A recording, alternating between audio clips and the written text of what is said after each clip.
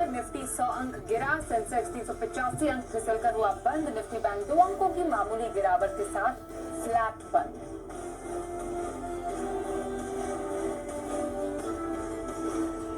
वेदांता ने साल के चौथे डिविडेंड का किया ऐलान। एक शेयर पर ₹8.50 देगी डिविडेंड। 3,324 करोड़ रुपए करेगी खर्च। ओके, तो यहाँ पे एक सबसे पहली न्यूज़ आ गई है। ₹8.50 देगी डिविडेंड। 3,324 करोड़ रुपए करेगी खर्च। तो 3,324 रुपये करोड़ करेगी खर्च।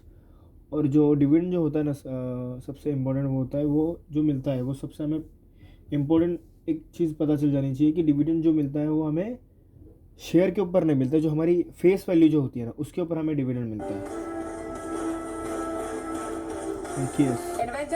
आईकेएस इन्वेंचर नॉलेज सर्विस जो भी कंपनी है एक्चुअली, ये इसका टोटल इसकी जो स्टेक्स है राकेश झुंझुनवाला की ये कंपनी है। बहुत अच्छी कंपनी है एक तरह से। रिस्पांस आखिरी दिन 52 गुना से ज्यादा भरकर हुआ बंद।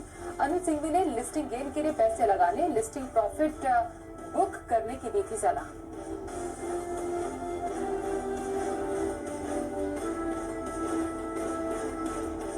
इंटरनेशनल जेमोलॉजिकल इंस्टीट्यूट का आईपीओ अब तक 72% भरा। प्राइस बैंड 397 से 417 रुपए।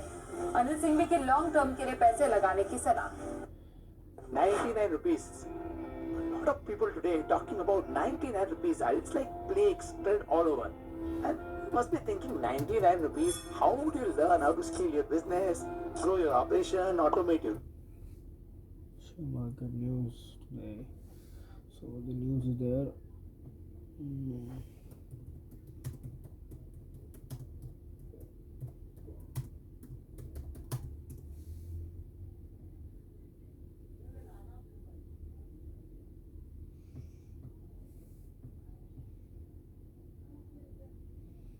ग्लोबल मार्केट इंडिकेटर्स देखते हैं, इसको हटाते पहले। डो जोन्स नेगेटिव में गए हैं, S&P नास्डैक के पॉजिटिव में गए हैं, FTC ओके, टैक्स नेगेटिव में गया, ऑलमोस्ट नेगेटिव में मार्केट दिख रहा है थोड़ा। FII एंड DI सेलिंग देख लेते हैं आज की क्या हुआ है। FII और DI की सेलिंग, सो टोटल दोनों ने भी FII और DI ने फॉरेन इन्वेस्टर इंस्टीट्यूशनल इन्वेस्टर है जो DI है डोमेस्टिक डोमेस्टिक इंस्टीट्यूशनल इन्वेस्टर्स जो है, दोनों ने सेलिंग की है आज। माइनस में सेलिंग की है 2,300 200 नियर बाय सेम की है सेलिंग, इसलिए मार्केट आज वोलेटाइल दिखा है। वोलेटाइल दिखा है इतना भी नहीं, एक साइडवेज में मार्केट जाते हुए दिखा है आज। अच्छा खासा नेगेटिव हुआ था, लेकिन नेगेटिव से पॉजिटिव में आया, पॉजिटिव से मेरे को एक रेंज में आ गया है मार्केट आज। मार्केट की अगर हम क्लोजिंग देखने जाए, इफ हम moving towards closing, so closing is something क्या था,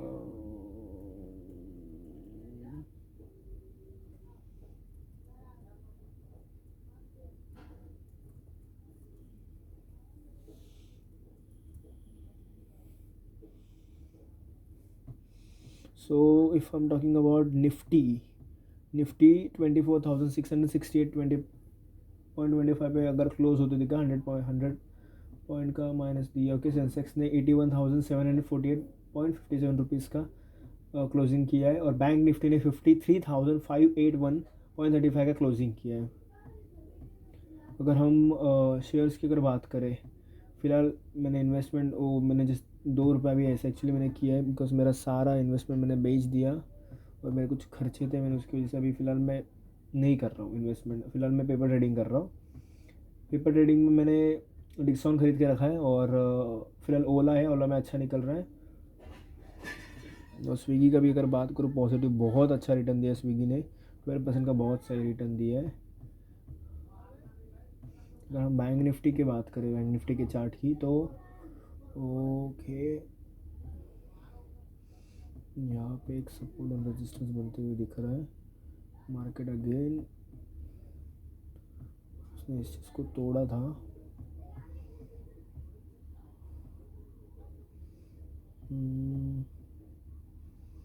लेट्स सी, न्यूज़ ही देखते हैं फ़िलहाल तो, न्यूज़ क्या हमें बता रही है।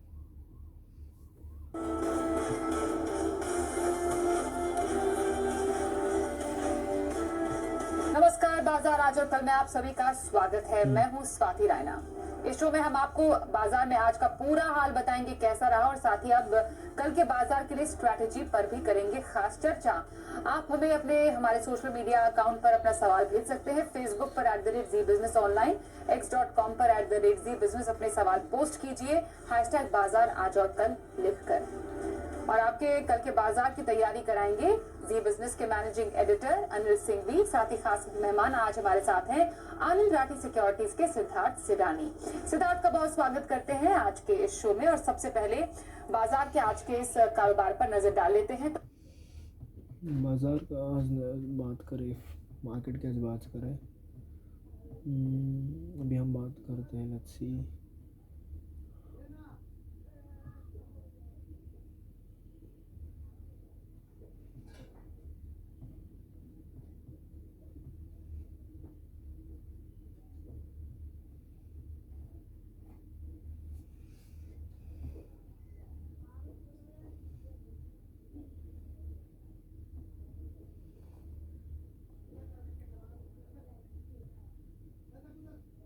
इंटरनेशनल जियोलॉजिकल हेमकस bios network infrastructure identical brand store. Okay,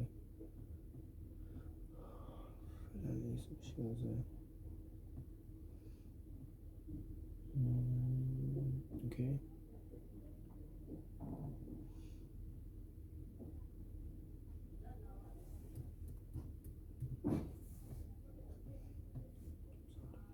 the best है डिक्सन टेक्नोलॉजी, कोई क्वेश्चन ही नहीं है इसमें, बिकॉज इंडिया की फास्टेस्ट इलेक्ट्रॉनिक्स मेकिंग कंपनी है ये। और इस कंपनी को फ़िलहाल तो कोई टक्कर देने लायक नहीं है, इतनी पावरफुल कंपनी है।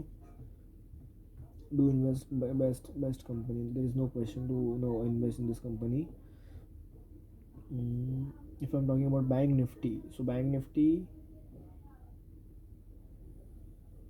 निफ्टी की जो ये है अपना जो हमारा बैंक निफ्टी का यहाँ पे एक रेजिस्टेंस दिख रहा है हमें 5362 पे, यहाँ पे एक रेजिस्टेंस दिख रहा है।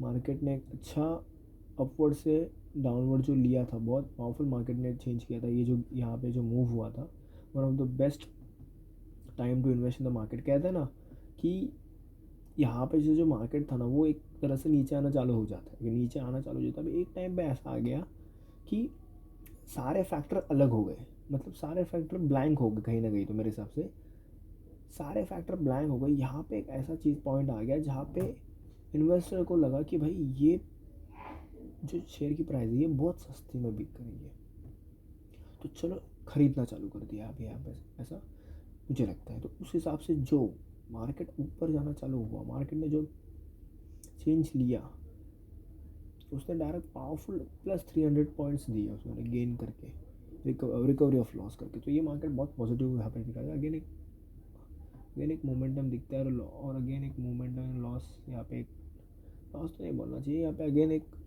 डाउनफॉल दिखता है मार्केट में। फिलहाल शेयर अगर हम देखा जाए तो फिर इतना मार्केट गिरा है, कितना फिलहाल ओके कुछ नहीं, नियर बाय 188 पॉइंट मार्केट गिरा है फिलहाल। ओके, सो यहाँ पे कोई चार्ट ऐसा बनते हुए दिख रहा है। लेट्स सी यहाँ पे एक ऐसा 15 मिनट ऑन दैट। यहाँ पे एक कप तो दिख रहा है, यहाँ पे एक लग तो रहा है, लेकिन this could be this cup. देखते हैं आगे कौन सा मोमेंटम मार्केट दिखाता है।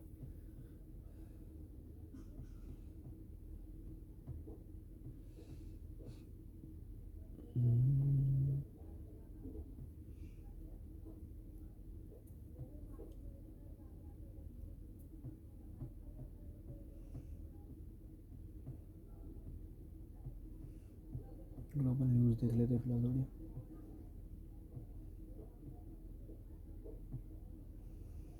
So week ahead, US Fed policy FII inflows, crude oil prices, global cues among key market triggers and Nifty at 25,000। कहीं ना कहीं यहाँ पे ऐसा दिख रहा है कि मार्केट पॉजिटिव है और निफ्टी का एक टारगेट बन गया जो 25,000 के near by. The Indian stock market witnessed a sharp rebound despite volatility and logged in fourth consecutive weekly gain, the longest stretch since July, and driven by a combination of improving global and domestic sentiments.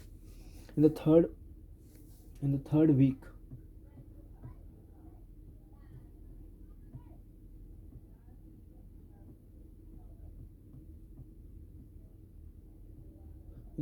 of December, investor will closely monitor key market triggers including US Fed interest rates and other central banks. So the decision, domestic and global macroeconomic data, foreign inflows, Russia, Ukraine conflicts, US bond yield, crude oil prices, and other global causes. Okay. Stock also read cable analyst stock to buy HDFC banks and Zomato stocks box recommend stop pick of the boost to your portfolio. Okay. Domestic benchmark indicates Sensex and Nifty 50 experience a small turnaround in the previous sessions prepared by a bargain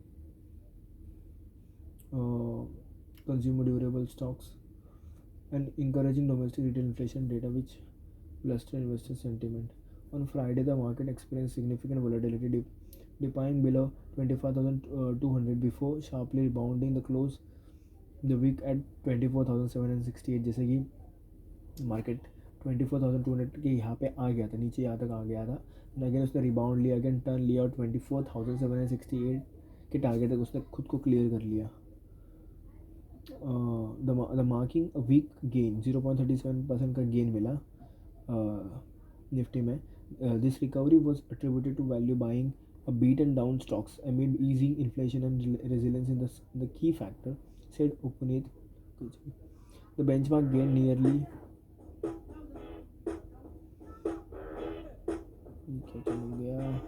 utilities. This blueprint expected to define Prime Minister Narendra Modi's third term. So the benchmark indices remained in a tight range throughout most of the week but closed firmly on the final day despite significant volatility. The blue chips are now about 5.4% below. The blue chip companies are those only companies जो MNCs है, बहुत बड़ी multinational company जैसे कि TCS हो जाएगी या फिर टाटा स्टील बोल सकते हैं हम, रिलायंस इंडस्ट्री बोल सकते हैं, HDFC बैंक बोल सकते हैं हम. These are the top MNCs are called, I mean to say the called as a blue chip company. Blue chip company अगर हम सिंपल डेफिनेशन अगर देखने जाए तो ब्लू चिप कंपनी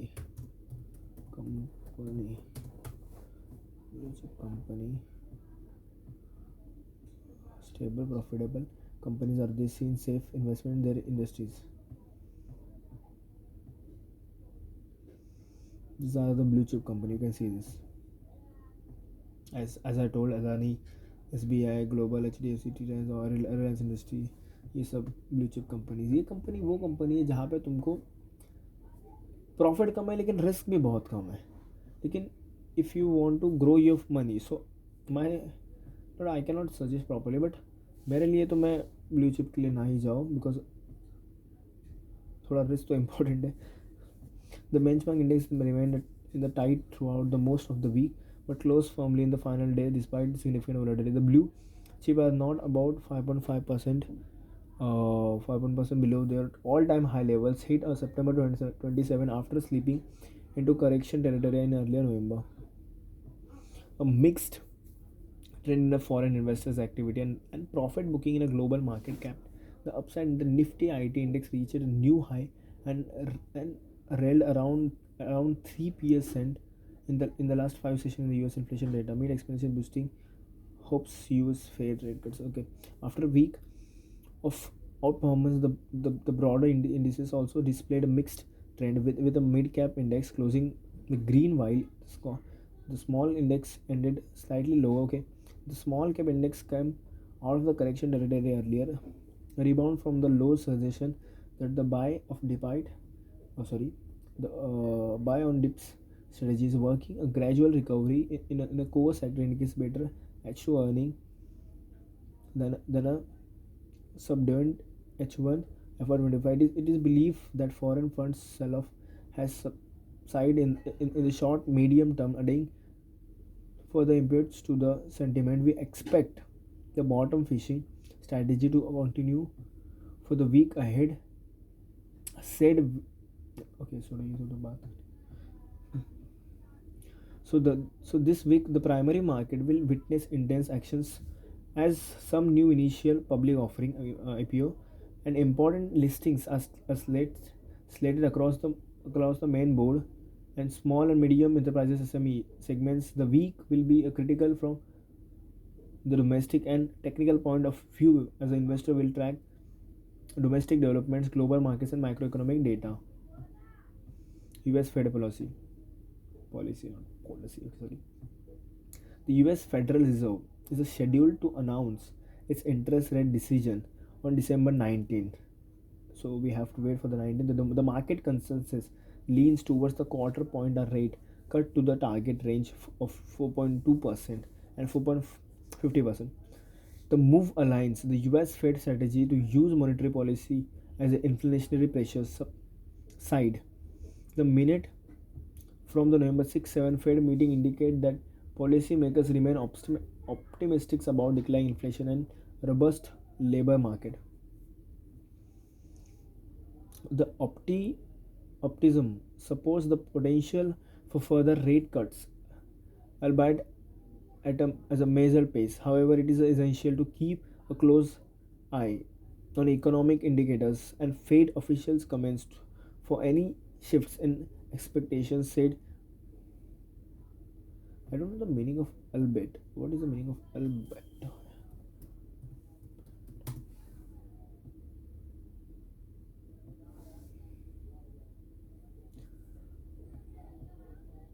तथापि यद्यपि बोलते ना, तथापि या यद्यपि ये हो सकता है. शाम बहुत सुहाना थी, हालांकि कुछ खामोश लिए हुए थी. यहाँ पे इंग्लिश की ग्रामर भी पढ़ना पड़ रहा है. 5 new IPO, 12 listings to hit at D Street, Dalal Street. In the main board segment, Trans Lighting IPO and Mamta Machinery IPO will open for subscription on December 19. Among the ongoing issues, Investors Knowledge Solutions IPO will close for bidding on December 16, while the International Geomological Institute IPO will close for subscriptions on December 17. The SME, Small Medium Enterprises segments, 3 new issues will open subscription this week. Okay, so among listing shares of Vishal Mega Mart, Sai Life Science and Mobiwic will debut on stock exchange BSE NSE on December 18. Shares of Inventures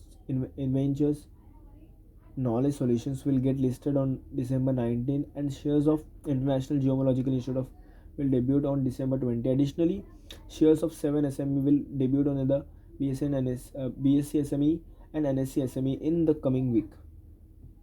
So FII activity. So foreign institutional investors and FII net sold 2.6 crore cash market, while domestic institutional investors DI supported the market by investment of 2,080 crore during the week. The flow of foreign and domestic institutional investors will be a key driver. A strong inflow of foreign funds can booster the market, while outflows can exert downwards of pressure. Okay, foreign portfolio investors, FPI, the foreign portfolio investors took a sharp turnaround bias of positive domestic indicators of the December snapping their robust 2-month selling streak. According to the National Securities Depository Ltd, FPI invested 22,000 crore in Indian equities this month, and net inflows stood 34,318 crore on December 13. This taking into account debt hybrid DVRR and equity. What is a debt VRR?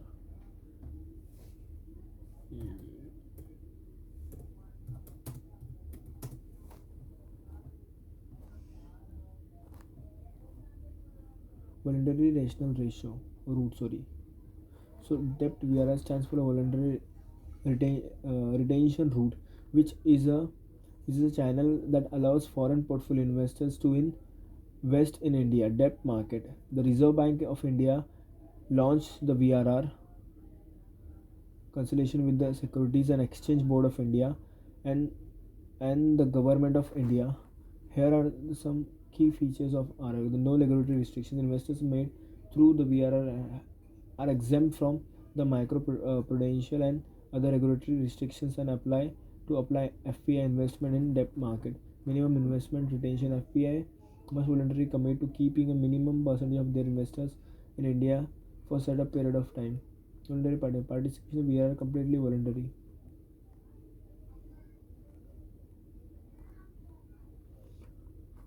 Okay समझ आ गया.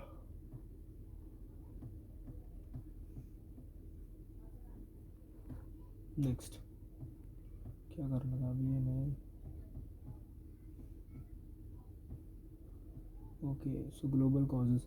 Global trends, particularly the performance of US market and the US Fed monetary policy decisions will play a significant role. The rupee's exchange rate and crude oil prices will be critical determinants of market directions. Geopolitical tensions, especially the ongoing Russia-Ukraine conflict, continue to shadow global market. Recent increases in the dollar indexes and US bond yield have added to the challenges emerging market like India face. Investors will also consider the Bank of England and the Bank of Japan monetary policies and US GDP data for further direction. The key focuses will be on the US Federal Reserve meeting, where the 25 basis point rate cut is already factored in. The Fed the commentary or on a future rate policy will hold significant importance ahead of the event. The Dow Jones Industrial Average has seen a notable corrections, while the S&P 500 and Nasdaq Composite continue to hold their ground, said. Okay. Oil prices. International crude oil prices climbed about 2% in the previous sessions to settle the 3-week high, driven by expectations that additional sanctions of Russia and Iran could tight supplies and the lower interest rates in Europe and the US Federal Reserve could boost the global fuel demand. Next, Brent future. Okay, 1.8 to 1.8. 1.8% to 274.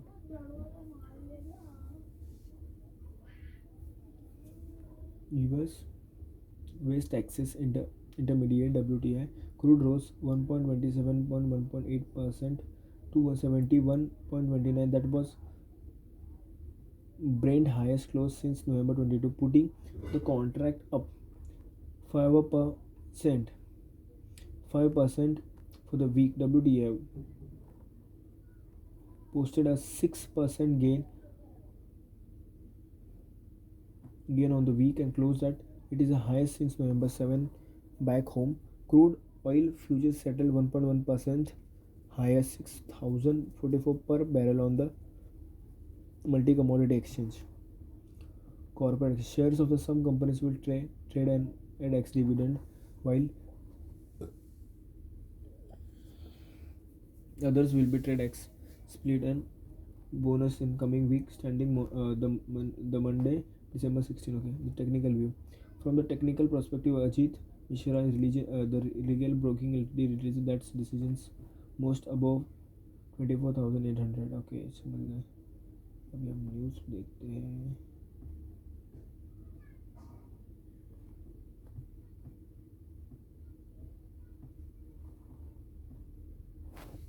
देखिए, Nifty 100 अंक गिरकर 24,668 पर बंद हुआ. Sensex 384 अंक गिरकर 81,748 के level पर बंद हुआ. निफ्टी बैंक में 2 अंकों की मामूली गिरावट थी. यहाँ 53,581 के लेवल पर क्लोजिंग देखने को मिली. और आइए अब बाजार में इस गिरावट की बड़ी वजह क्या रही, समझते हैं जी बिजनेस के मैनेजिंग एडिटर अनिल सिंह से. शुक्रवार के भारी उतार चढ़ाव के बाद भारतीय बाजारों के लिए आज शुरुआत करने के लिए थे मिले जुले संकेत. अमेरिकी बाजारों में कुछ खास हुआ नहीं. डाउ लगातार 7वें दिन रहा कमजोर और 2020 के बाद ऐसा पहला मौका था कि डाउ में लगातार 7 दिनों तक नेगेटिव क्लोजिंग देखने को मिली. इसके विपरीत नैस्डैक ने फिर से शुक्रवार को बनाया नया रिकॉर्ड और हल्की फुल्की मुनाफा वसूली ऊपरी स्तरों पर, यानी कि मिला जुले संकेत अमेरिकी बाजारों से. लेकिन हमारे अपने संकेत शुक्रवार की रिकवरी के बड़े दमदार थे. चाहे कैश मार्केट हो या फिर इंडेक्स और स्टॉक फ्यूचर्स, तीनों मिलाकर एफआईज ने 10,575 करोड़ की बड़ी डायरेक्शनल खरीदारी की और उससे जोश बढ़ना स्वाभाविक था. लेकिन जोश ज्यादा दिखा नहीं. गिफ्ट निफ्टी सुबह से 50 अंक नीचे था. फ्लैट खुले हमारे बाजार थोड़ा नीचे आए और पहले सपोर्ट लेवल से घूमने के बाद निफ्टी करीबन 24,775 के आसपास पहुंचा, वहां से फिसलकर 24,600 के इंपॉर्टेंट सपोर्ट लेवल पर आया। फाइनली 100 अंकों के नुकसान के साथ 24,675 के आसपास हम हुए बंद, और यही हाल कमोवेश सेंसेक्स का भी था, जहां पर करीबन 450 अंकों का नुकसान रहा। बैंक निफ्टी के मुकाबले में ज्यादा बेहतर था, और यहाँ पर एक अच्छी मजबूती देखने को मिली, और एक उछाल जो मिली उसमें 53,735 के आसपास बैंक निफ्टी आया, और नीचे में 53,335 यानी कि 29,400 पॉइंट घटा भी, लेकिन फाइनली बंद होते होते महज 2 पॉइंट का नुकसान था। यानी कि सेंसेक्स और निफ्टी के मुकाबले में बैंक निफ्टी काफी बेहतर, लेकिन उनसे काफी बेहतर थे मिड कैप और स्मॉल कैप शेयर, जो पिछले 2 दिनों से लाल निशान में बंद हो रहे थे। लेकिन आज जिस हिसाब से तेज दौड़ लगाते हुए दिखे, पूछे मत, पूरे दिन भर मजबूती के साथ डटे रहे, टिके रहे, और दिग्गजों की कमजोरी का कोई असर यहाँ पर दिखा नहीं। 0.1% की तेजी दोनों ही इंडेक्स में देखने को मिली, आधा से 0.1% की मजबूती काबिले तारीफ कही जाएगी। तो हुआ ये कि शुक्रवार को जो अच्छी रिकवरी दिखी एफआईएस की खरीदारी के दम पर, लेकिन आज निफ्टी में दिग्गज शेयरों में जो बिकवाली का दबाव था, ऐसा लगा कि एक दिन की तेजी के बाद एफआईएस फिर से थोड़ी प्रॉफिट बुकिंग के मूड में आए या हाथ रोका है, ये संकेत साफ दिख रहे हैं। लेकिन ट्रेडर्स का इंटरेस्ट और घरेलू फंड्स की खरीदारी के दम पर ब्रॉडर मार्केट, मिड कैप और स्मॉल कैप शेयर अच्छी तेजी के साथ बंद होने में हफ्ते के पहले दिन आज भी कामयाब रहे। और आइए देख लेते हैं एफआईआईज और डीआईआईज की तरफ से क्या आंकड़े सामने देखने को मिले हैं। एफआईआईज यानी विदेशी संस्थागत निवेशकों ने कैश मार्केट में करीब 278 करोड़ रुपए की बिकवाली की, तो डीआईआईज की तरफ से करीब 234 करोड़ रुपए की बिकवाली के आंकड़े आए हैं सामने। आइए अब आज के एक्सपर्ट के पास चलते हैं। आनंद राठी सिक्योरिटी से सिद्धार्थ सिडानी हमारे साथ है। सिद्धार्थ, हफ्ते का पहला दिन तो गिरावट के साथ ही बाजार में आज क्लोजिंग हमें देखने को मिली है, जरा बताइए अब क्या इंपॉर्टेंट लेवल्स आप मार्केट के देख रहे हैं आगे? Good evening Swati, good evening सारे दर्शकों को। मार्केट्स में पहले ही दिन थोड़ी सी गिरावट देखने मिली हमें। हमने देखा कि मिड कैप्स और स्मॉल कैप्स में थोड़ी नरमी थी। ओवरऑल सिचुएशन में मार्केट में भी कोई बड़े एक्शंस नहीं दिख रहे, क्योंकि इमीडिएट ये महीने कोई बहुत बड़े ट्रिगर्स नहीं है। Of course end of the month है, एफआईआई की एक्टिविटीज धीमे धीमे स्लो डाउन हो सकती है ईयर एंड के तरफ, मंथ एंड के तरफ। तो ये देखते हुए मुझे लगता है कि मार्केट ब्रॉडली साइडवेज की तरफ जा सकता है। ओवरऑल पर्सपेक्टिव ऑफ कोर्स जो फिगर्स बड़े दिख रहे हैं पोजिशनल बेसिस पे वो है Q3 के नतीजे, जो बजट, साथ ही साथ डोनाल्ड ट्रंप का एज ए प्रेसिडेंट यूएस में आना, साथ साथ और भी जो इनिशियल पॉलिसीज आएगी, तो ये सब चीज देखने के लिए मार्केट जरूर वेट करेगी। तो ब्रॉडली पर्सपेक्टिव अभी मार्केट न्यूट्रल से पॉजिटिव रह सकते हैं। आने वाले टाइम में वोलेटिलिटी बढ़ सकती है, क्योंकि ये सब इवेंट्स भी है हमारे साथ। ओके, तो इवेंटफुल रहने वाला है आगे आने वाला टाइम। अब ऐसे में किन स्टॉक्स में बनाए स्ट्रेटेजी, इस पर भी लेते हैं सिद्धार्थ की राय। पोजिशनली कौन से स्टॉक में आपकी रहेगी अभी फिलहाल खरीदारी की सलाह सिद्धार्थ, 1 से 2 महीने के नजरिए के लिए? देखिए स्वाति, 1 से 2 महीने के नजरिए से मुझे city union bank, banking space से सिटी यूनियन बैंक अच्छा लगता है। आज का जो क्लोजिंग होगा 187 की तरफ होगा। स्टॉप लॉस आपको रखना है 180 का, और टारगेट रखना है 200 रुपए का। प्राइवेट सेक्टर बैंक है, लोन बुक 47 और 1000 करोड़ के है, price to book value 1x पे है, रिटर्न ऑन एसेट्स भी 1.5% पे करीब है। एनआईआई 8% से बढ़ते हुए दिखा, जबकि एडवांसेस 12% और डिपॉजिट 8.8% से बढ़ते हुए दिखा। की पॉजिटिव्स हायर बिजनेस ग्रोथ है, 3.5% का मार्जिन स्ट्रॉन्ग है।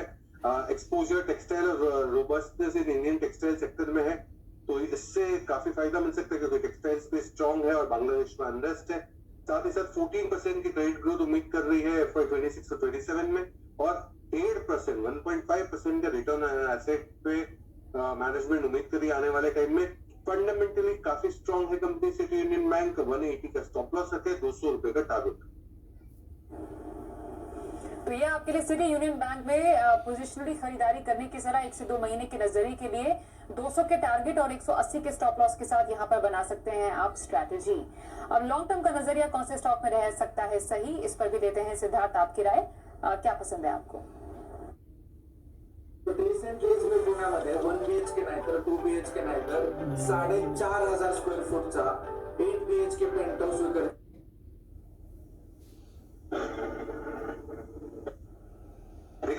स्वाति, लॉन्ग टर्म के नजरिए से मुझे ऑटो एंसिलरी पैक काफी बेहतर लगता है, और ऑटो एंसिलरी में सनसेरा इंजीनियरिंग एक कंपनी है जिसके ऊपर खरीदारी की राय है। 1585 के आसपास का क्लोज होगा विद डिस्क्लेमर। जुलाई 2022 से हम रिकमेंड करते आ रहे हैं सनसेरा इंजीनियरिंग को, और टारगेट आपको रखना है 1850 का, 1850, 1 साल का नजरिया है। ये क्रिटिकल प्रिसिशन कंपोनेंट बनाती है ऑटोमोबाइल स्पेस के लिए, नॉन ऑटोमोटिव सेक्टर को भी केटर करती है। Q2 के नतीजे भी अच्छे दिखे थे, कामकाजी मुनाफा भी 13% से बढ़ते हुए दिखा। ओवरऑल ऑर्डर बुक भी काफी स्ट्रॉन्ग है, 2000 करोड़ का passenger vehicle plus commercial vehicle का ऑर्डर बुक है। कंपनी उम्मीद कर रही है आउट परफॉर्मेंस आ सकता है आने वाले टाइम में इंडस्ट्री के मुकाबले। 30% हाई ग्रो हो सकती है आने वाले टाइम में फ्रॉम ईवी सेगमेंट, और नॉन ऑटो से कैटेगरी से भी FY27 में अच्छा खासा ग्रोथ आ सकता है। ओवरऑल आई की बात करें तो 15% की आई CAGR से ग्रो हो सकती है आने वाले टाइम में, और टू व्हीलर स्पेस में प्रीमियम में ये केटर कर रही है बजाज ट्रिम्फ को, हीरो हार्ले को, तो ये हाई एंड बाइक्स को भी केटर कर रही है सनसेरा इंजीनियरिंग। इस पे खरीदारी की राय है, टारगेट रखे 1850 का। ओके, तो 1850 के टारगेट के लिए सनसेरा इंजीनियरिंग में लॉन्ग टर्म की स्ट्रैटेजी आप बना सकते हैं। ये आ रही है सलाह हमारे आज के एक्सपर्ट सिद्धार्थ सिडानी की ओर से। आइए कुछ दर्शकों के सवाल भी कर लेते हैं हम अब शो में शामिल। हमारे साथ हमारे पास सवाल इस वक्त आ रहा है दिल्ली जनकपुरी से अशोक कुमार जी का। NTPC ग्रीन 1000 शेयर है, 150 की खरीद है इनकी इस स्टॉक पर। NTPC ग्रीन, ये स्टॉक आपको कैसा लगता है सिद्धार्थ? फिलहाल 150 तक की इनकी खरीदारी है इस पर 1000 शेयर के साथ। जानना चाह रहे हैं कि फिलहाल अब आगे क्या रहनी चाहिए स्ट्रैटेजी? कुछ हफ्तों पहले मैंने जी बिजनेस पे ही सिर्फ की सिर्फ में क्लीन एंड ग्रीन सेगमेंट लेके आया था, और ये रिन्यूएबल स्पेस से था, तो NTPC ग्रीन भी रिन्यूएबल स्पेस में है। हालांकि ये पार्ट ऑफ द बास्केट नहीं था, बट कंपनी अच्छी है, green and clean renewable energy. सरकार समझती है कि अगर आज जो 200 गीगावाट की कैपेसिटी है वो 500 गीगावाट तक पहुंचाने की उम्मीद है, तो आने वाले जो मैक्रो प्लान है सेक्टर को लेके वो काफी स्ट्रांग है, तो NTPC ग्रीन को भी फेवर हो सकता है। हालांकि हम कवर या टारगेट नहीं करते हैं स्टॉक पे, हमारी कवरेज नहीं है, बट फिर भी मैं कहूंगा कि आपको बने रहने की सलाह रहेगी लंबे समय के नजरिए से। ओके, बने रहने की सलाह आपके लिए लंबे अवधि के नजरिए के लिए NTPC ग्रीन एनर्जी में। यह है सिद्धार्थ की राय। चंडीगढ़ से उदय जी का सवाल आ रहा है कोफोर्ज पर। 5 शेयर है 5255 की खरीद के साथ। कोफोर्ज पर आ लेना चाह रहे हैं फिलहाल कि इन लेवल्स के बाद अब इनकी स्ट्रैटेजी इस स्टॉक पर क्या रहे। जरा जानना चाहेंगे कोफोर्ज पर, तो क्योंकि क्वांटिटी इनकी कम है लेकिन बहुत अच्छे प्राइस पर इन्होंने एंट्री स्टॉक में की है। जरा बताइए क्या राय रहेगी? देखिए सिंह साहब, कोफोर्ज पर तो बिल्कुल बने रहना चाहिए, क्योंकि one of the finest mid cap IT play है Coforge. Since finest mid cap IT play है तो ओवरऑल पर्सपेक्टिव से आपको बने रहना चाहिए, क्योंकि नंबर्स, रेवेन्यू, आय काफी स्ट्रांग है, मार्जिन्स बेहतर कर रही है, मैनेजमेंट की कमेंट्री भी अच्छी रहती है। हालांकि रिवाइज टारगेट प्राइस अभी हमारे पास नहीं है इस कंपनी का, क्योंकि नतीजों का वेट करेंगे, बट ओवरऑल पर्सपेक्टिव से बेहतरीन कंपनी है मिड कैप IT स्पेस में, तो बने रहने की सलाह। बने रहिए कोफोर्ज, काफी कन्विक्शन है स्टॉक पर सिद्धार्थ को, इस पर आपके लिए होल्ड की सलाह आ रही है उनकी तरफ से। अगला सवाल है हमारे पास MP से तरुण मोरघाड़े साहब का इरकॉन इंटरनेशनल पर। इरकॉन के 800 शेयर है इनके 253 की खरीद के साथ। फिलहाल तो लगभग 229 पर शेयर क्लोज हुआ, नुकसान में भी है। अब इन लेवल से क्या स्ट्रैटेजी बनाने की सलाह रहेगी आपकी? लगभग फिलहाल जो इनकी खरीद भाव है, आगे क्या राय रहेगी? देखिए तरुण जी, मैं ये कहूंगा कि पूरा ही रेलवे स्पेस थोड़ा सा गिरावट की तरफ था।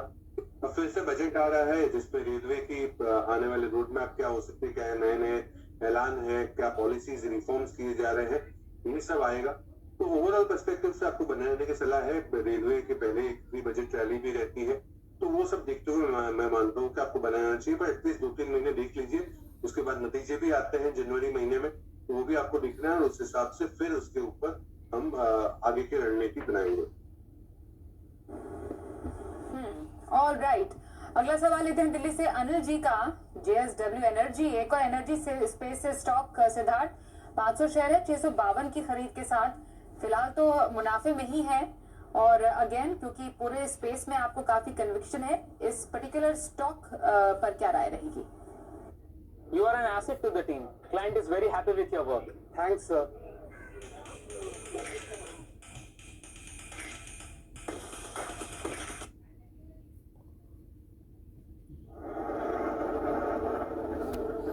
बिल्कुल, ये पूरा ही स्पेस काफी स्ट्रांग है स्वाति, तो बिल्कुल बने रहना चाहिए। बट ये कंपनी को मैं उतना तवज्जो नहीं दूंगा क्योंकि मुझे और भी दूसरी कंपनियां ज्यादा बेहतर लगती है इस स्पेस में। जैसे मैंने आपको कहा कि रिन्यूएबल एनर्जी स्पेस काफी बेहतर है, एनटीपीसी बेहतर है। तो ठीक है, ये कंपनी भी अच्छी है क्योंकि सेक्टर में टेल विंड है, सेक्टर स्ट्रांग है, तो ये स्टॉक में भी अच्छे। तो आपको उछाल पे निकलने की सलाह रहेगी। और इसके सामने आप अगर चाहिए तो सुजलॉन पे खरीदारी कर सकते हैं। सुजलॉन मुझे काफी बेहतर लगता है compare to JSW energy. Okay, तो JSW एनर्जी की जगह सुजलॉन एक स्टॉक हो सकता है जहां पर आप खरीदारी के मौके तलाश सकते हैं। कुछ उछाल मिले उस पर JSW एनर्जी से निकलने की सलाह आपके लिए सिद्धार्थ की ओर से आ रही है। अगला सवाल जरा लेते हैं विनोद अष्टेकर का। पुणे महाराष्ट्र से IGL पर आ रहा है 387 शेयर है 434 की खरीद पर। IGL पर सिद्धार्थ अपनी राय प्लीज दीजिएगा। फिलहाल तो अराउंड 394 पर क्लोजिंग हुई थी स्टॉक की, 15,000 का नुकसान हो रहा है फिलहाल में, क्या रहेगी राय आपकी? देखिए विनोद जी, IGL अच्छी कंपनी है, NCR में ब्रॉडली काम करती है, सिटी गैस डिस्ट्रीब्यूशन की कंपनी है, एक्सपेंशन प्लान्स है, दूसरे सेगमेंट्स में भी फोरे कर रही है। और जिस हिसाब से एक्सपेंशन प्लान है, फायदा दे सकते हैं कंपनी को आने वाले तिमाहियों में। हालांकि बीच में कुछ एक नेगेटिव खबरें थी, बट उसको ओवरकम करके आपने एक बाजार में भी अच्छा खासा करेक्शन पूरे स्पेस में भी देखा है पिछले दो एक महीनों में। तो अब आपको बने रहना चाहिए क्योंकि एक्सपेंशन प्लान के तहत मुझे लगता है कि एक रेवेन्यू आई में भी एक ग्रोथ हो सकती है कंपनी की। तो IGL इंद्रप्रस्थ गैस पे बना रही है, एटलीस्ट 3 से 6 महीने का समय सीमा रखे। तो कम से कम 3 से 6 महीने के टाइम के लिए IGL में आपको बने रहने की सलाह आ रही है सिद्धार्थ की तरफ से।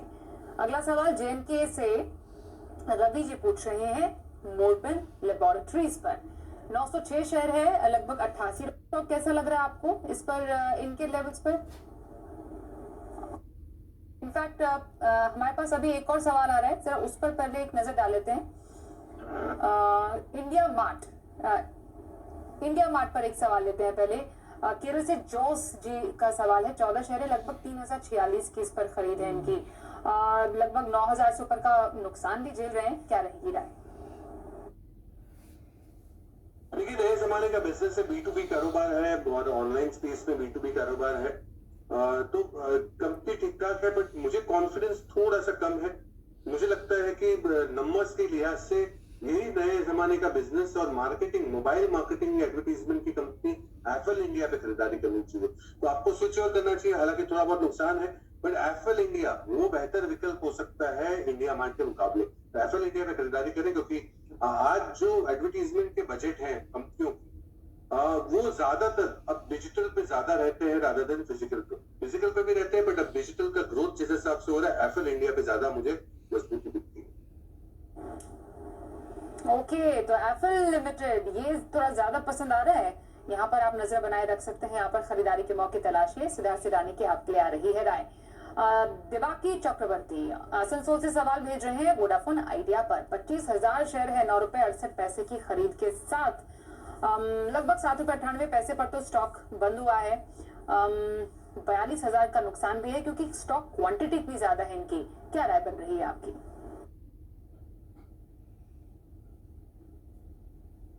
देखिए चक्रवर्ती साहब, इस पे हमारी कोई राय नहीं है। मैं यही कहूंगा उछाल पे निकले, जैसे ही आपके भाव आते हैं आप निकलने की कोशिश करें।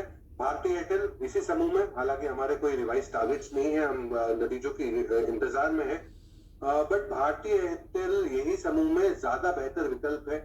चाहे वो आरपू की बात करें, नंबर ऑफ क्लाइंट एडिशन की बात करें, नंबर ऑफ सब्सक्राइबर की बात करें, एफिशिएंसी की बात करें, सभी तरीकों से, और नंबर्स की भी बात करें, अगर नतीजों की बात करें तो वो भी भारतीय एयरटेल बेहतर है। तो मुझे भारतीय एयरटेल बेहतर विकल्प लगता है। हालांकि वोडाफोन आइडिया में इसलिए है कि ज्यादा से ज्यादा क्या पता डबल हो जाए, ये सब लॉजिक सही है। बट आपको भी पता है कि लार्ज कैप कंपनियां, बड़ी कंपनी हो, चाहे वो 500 की हो, 1000 की हो, 1500 की हो, ये भी डबल होती है अगर अच्छे परफॉर्मेंस आते हैं। तो मुझे मजबूत और बेहतर फंडामेंटल बेस्ड कंपनियों पे दाव लगाना पसंद रहेगा रादर देन इनेबल। ओके, तो टेलीकॉम स्पेस से भारतीय एयरटेल ज्यादा पसंद है सिद्धार्थ को। यहाँ पर आप खरीदारी के मौके तलाशिए, आपके लिए राय आ रही है आपके स्टॉक पर। एक ब्रेक का वक्त है। आगे हम एसएमसी ग्लोबल के नितिन मुरारका से बात करेंगे, जानेंगे उनके लिए उनसे कल के लिए ऑप्शन कॉल्स।